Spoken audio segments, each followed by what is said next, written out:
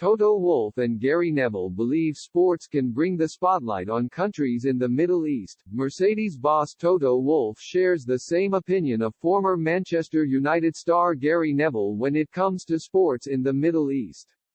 There has been a host of criticism surrounding the decision to award Qatar this year's Football World Cup.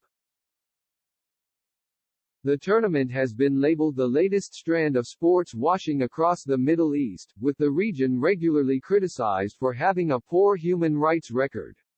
One man who has been outspoken on the discussion is Neville, who is out in Qatar working as a pundit for Qatari-owned broadcaster beIN Sports. The former Premier League right-back believes that whilst there are issues across the region, sport can help to work out the problems at hand.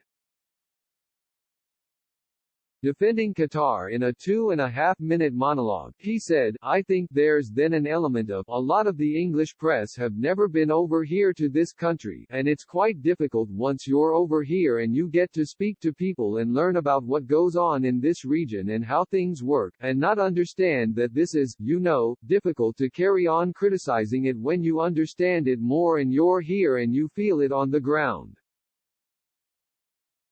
That's definitely happened. Now we come here, we've got this massive scrutiny. It's a positive scrutiny though because kafala has been abolished.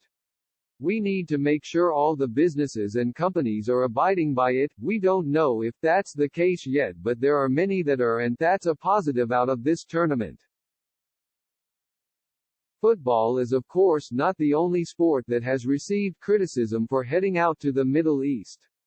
F1 has plenty of ties to the region, with Grand Prix in both Qatar and Abu Dhabi mainstays on the racing calendar, and like Neville, Mercedes boss Wolff believes sport can be a force for good amid the issues.